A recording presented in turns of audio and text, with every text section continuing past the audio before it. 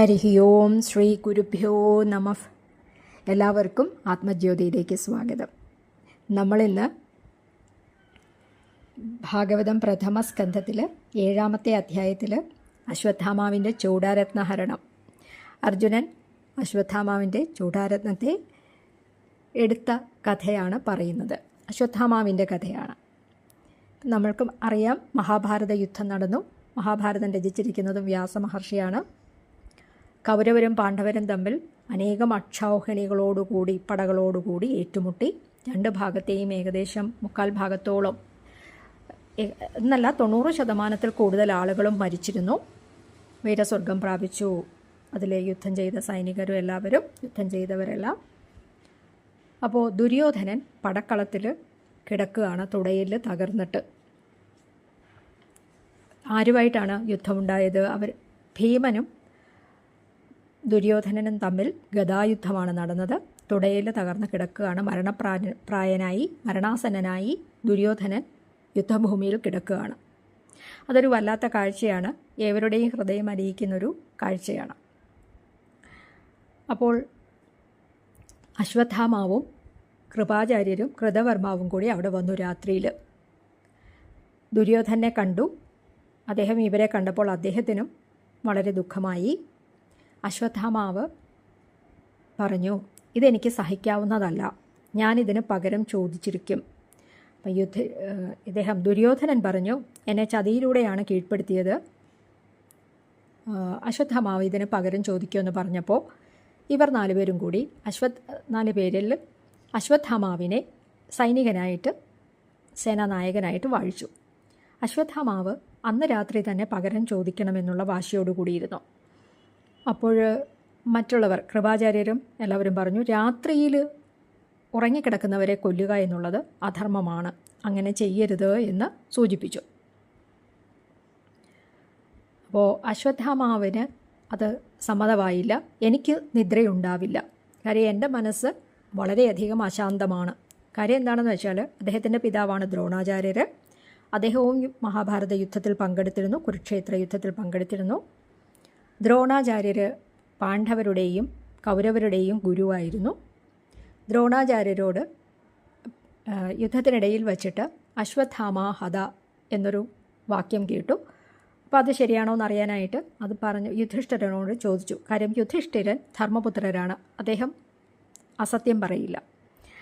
അപ്പോൾ അദ്ദേഹം അശ്വത്ഥാമ ഹത എന്ന് പറഞ്ഞിട്ട് പതുക്കെ അതൊരു ഗജമാണ് എന്ന് പറഞ്ഞു, അതൊരാനയാണ് വധിക്കപ്പെട്ടത് എന്ന് പറഞ്ഞു. അപ്പം തൻ്റെ പുത്രൻ തന്നെ, ഇപ്പം യുധിഷ്ഠിരൻ പറഞ്ഞത് സത്യമാണല്ലോ, തൻ്റെ പുത്രൻ വധിക്കപ്പെട്ടു എന്നറിഞ്ഞ ദ്രോണാചാര്യർ ആയുധമെല്ലാം വച്ചിട്ട് തേർത്തട്ടിലിരുന്നു പോയി, ദുഃഖത്തോടെ വിലപിച്ചുകൊണ്ടിരുന്നു. അപ്പോഴാണ് അദ്ദേഹത്തെ ദൃഷ്ടദ്യുമ്നൻ തലയറുത്ത് കളയുന്നത്. അപ്പം ഇത് ആരുടെ മനസ്സിലുണ്ട്? അശ്വത്ഥാമാവിൻ്റെ മനസ്സിലുണ്ട്, തൻ്റെ പിതാവിനെ വധിച്ച കാര്യം. അപ്പം അന്ന് രാത്രി തന്നെ പകരം ചോദിക്കണമെന്ന് വെച്ചിട്ട് ഇവർ ഈ കുടീരങ്ങളിലേക്ക്, സൈന്യ കുടീരങ്ങളിലേക്ക് പോയി. രാത്രി തന്നെ കൃപാചാര്യരെയും കൃതവർമാവിനെയും അവിടെ വാതിൽക്കൽ കാവൽ നിർത്തിയിട്ട് അശ്വത്ഥാമാവ് ഈ കുടീരത്തിൽ കടന്ന് വധിക്കാൻ തുടങ്ങി. ഉറങ്ങിക്കിടക്കുകയല്ലേ, അപ്പം ആ ഉറക്കത്തിനിടയിൽ തന്നെ കിട്ടിയവരെയൊക്കെ വധിച്ചു, ബാക്കിയുണ്ടായിരുന്നവരെയൊക്കെ വധിച്ചു. അതിൽ പാഞ്ചാലിയുടെ പുത്രന്മാർ, ബാലകന്മാരുണ്ടായിരുന്നു, അവരെയും വധിച്ചു. എന്നിട്ട് തിരിച്ചു വന്ന് ഇത് ദുര്യോധനനോട് പറഞ്ഞപ്പോൾ അദ്ദേഹത്തിന് അത് അത്ര ഇഷ്ടപ്പെട്ടില്ല. ഉറക്കത്തിൽ കൊന്നു, പക്ഷേ എന്നാലും അദ്ദേഹം അത് സമാധാനത്തോടെ അത് കേട്ടിട്ട് പകരം വീട്ടിയല്ലോ എന്നുള്ള സമാധാനത്തോടെ അദ്ദേഹം മരിച്ചു, ജീവൻ വെടിഞ്ഞു. ഇത് ഇവിടെ നിന്നും രക്ഷപ്പെട്ടവരുടെ കൂട്ടത്തിൽ ഈ അശ്വത്ഥാമാവ് ഇവിടെ കുടീരങ്ങളിൽ കയറി കൊല നടത്തുമ്പോഴേക്കും അതിൽ നിന്നും ഒരു സാരഥി രക്ഷപ്പെട്ടിട്ട് കൃഷ്ണൻ്റെയും ഭഗവാന്റെയും അർജുനൻ്റെയൊക്കെ പാണ്ഡവരുടെ അടുത്തെത്തിയിട്ട് ഈ കാര്യം പറഞ്ഞു, ഇങ്ങനെ ഉണ്ടായിട്ടുണ്ട്, നമ്മുടെ അനേകം ആളുകളെ വധിച്ചിട്ടുണ്ട് എന്ന് പറഞ്ഞു.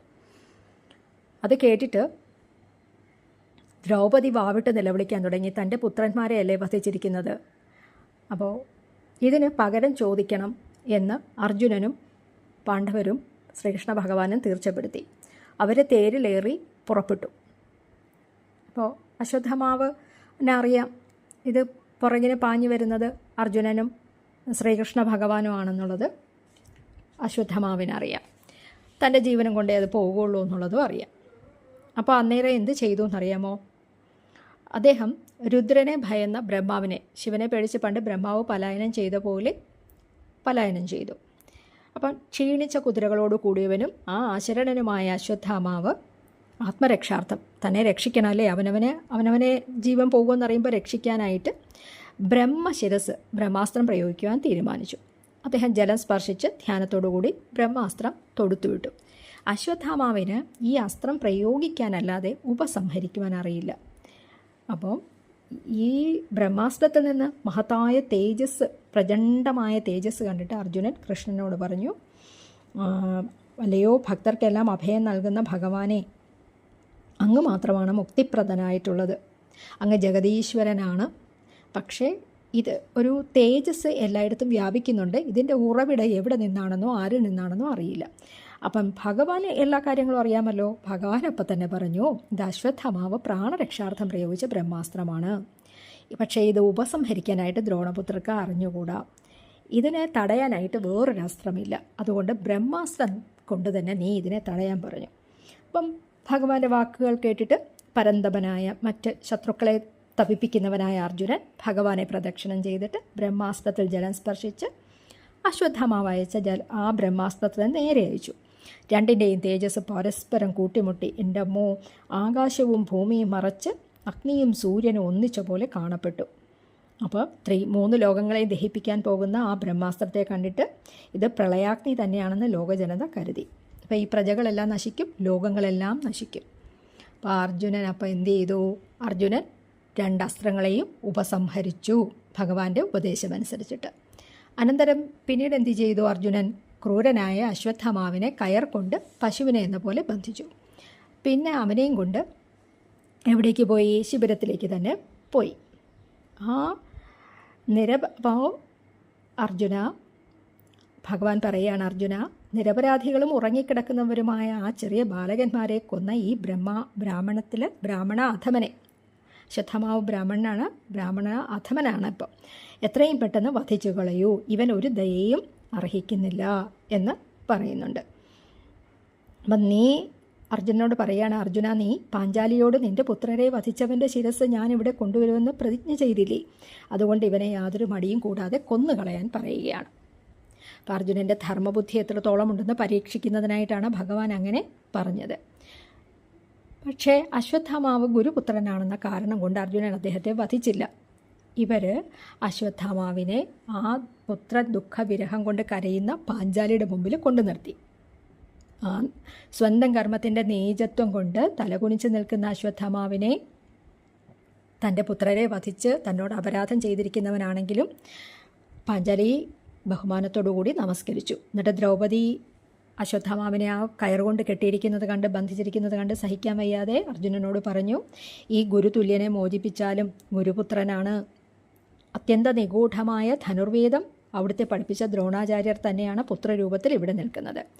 വീരനായ പുത്രനുള്ളതുകൊണ്ട് മാത്രമായിരുന്നു ദ്രോണപത്നി പതിയോടുകൂടി ചിതയിൽ ചാടാതെയിരുന്നത്. അല്ലയോ ധർമ്മജ്ഞ, എല്ലായ്പ്പോഴും പൂജിക്കേണ്ടതും വന്ദിക്കേണ്ടതുമായ ഗുരുവിൻ്റെ വംശത്തെ നശിപ്പിക്കാൻ അവിടുത്തേക്ക് അർഹതയില്ല. പുത്രദുഃഖത്താൽ ഞാൻ കരയുന്നതുപോലെ പതിവ്രതയായ ദ്രോണപത്നി കരയാനിടവരരുത്. അവിവേകം കൊണ്ട് ക്ഷത്രിയൻ ബ്രാഹ്മണകുലത്തെ നശിപ്പിച്ചാൽ അതിൻ്റെ ഫലം സ്വവംശനാശമാണ്. അപ്പം വീണ്ടും കൃഷ്ണൻ പറയുകയാണ്, ബ്രാഹ്മണൻ അധമനാണെങ്കിൽ കൂടി വധാർഹനല്ല. അതേസമയം ആതതായി ആര് തന്നെയാണെങ്കിലും വധാർഹനാണ്. എന്താണ് ആതതായി എന്ന് പറഞ്ഞാൽ? നമ്മളൊന്നും കേട്ടിട്ടില്ലാത്തൊരു പദമാണ്. വീടിന് തീ വയ്ക്കുന്നവൻ, അന്നാദികളിൽ വിഷം ചേർക്കുന്നവൻ, ആയുധമില്ലാത്തവനെ ആയുധം കൊണ്ട് കൊല്ലുന്നവൻ, ധനം, ഭാര്യ, ഭൂമി എന്നിവ അപഹരിക്കുന്നവൻ എന്നീ 6 തരക്കാരാണ് ആതതായികൾ. അപ്പോൾ കൃഷ്ണ ഭഗവാൻ എന്താണ് ഉദ്ദേശിച്ചതെന്ന് അർജുനന് മനസ്സിലായി. ഉടനെ തന്നെ അർജുനൻ അശ്വത്ഥാമാവിൻ്റെ ശിരസിലെ രത്നം മുടിയോടുകൂടി ചൂഴ്ന്നെടുത്തു. അർജുനൻ ബാലഹത്യ മൂലവും രത്നമെടുത്തതിനാലും തേജസ് നഷ്ടപ്പെട്ട അശ്വത്ഥാമാവിനെ എന്നിട്ട് എന്ത് ചെയ്തു? കെട്ടഴിച്ചു വിട്ടു. തലമുണ്ടനം ചെയ്യുക, ധനം പിടിച്ചെടുക്കുക, സ്ഥാനഭ്രംശം വരുത്തുക, ഇവയെല്ലാം ചെയ്താൽ ബ്രാഹ്മണ അധമനെ വധിച്ചതിന് സമമാണ്. അതിനുശേഷം പുത്രശോകത്താൽ ആ ദുഃഖിതമായ പാണ്ഡവരും പാഞ്ചാലിയും കൂടി പുത്രാദികളുടെ ശവദാഹം മുതലായവ നടത്തിയെന്ന് പറഞ്ഞ് ഈ 7ാമത്തെ അധ്യായം സമാപിപ്പിക്കുന്നു. അശ്വത്ഥമാവിന് ശ്രീകൃഷ്ണ ഭഗവാന്റെ ശാപം ഏറ്റതുപോലെയായിപ്പോയി എന്നാണ്. അതായത് ചൂടാരത്നം നഷ്ടപ്പെട്ടു, ആവശ്യപ്പും ദാഹവും ഒക്കെ ഇനി എന്നും ഉണ്ടാവും, കൂടെ രോഗങ്ങളും പീഡകളും എന്നും ഉണ്ടാകും. കുറേ നാൾ അശ്വത്ഥാമാവർ ഭൂമിയിൽ അലഞ്ഞു തിരിയേണ്ടി വരും എന്നൊരു ശാപം കൂടി കിട്ടി എന്നുള്ളതാണ് ഇതിൽ നിന്നും മനസ്സിലാകുന്നത്. സർവത്ര ഗോവിന്ദനാമ സങ്കീർത്തനം, ഗോവിന്ദ ഗോവിന്ദ. നമ്മളിതെല്ലാം ഭഗവത് പാദങ്ങളിൽ, നാരായണ പാദങ്ങളിൽ സമർപ്പിക്കുന്നു. ഇത് ശ്രീമദ് ഭാഗവതേ മഹാപുരാണേ പാരമഹംസ്യാം സംഹിതായാം പ്രഥമസ്കന്ധേ ദ്രൗണി നിഗ്രഹോ നാമ സപ്തമോധ്യായ. ഹരി ഓം.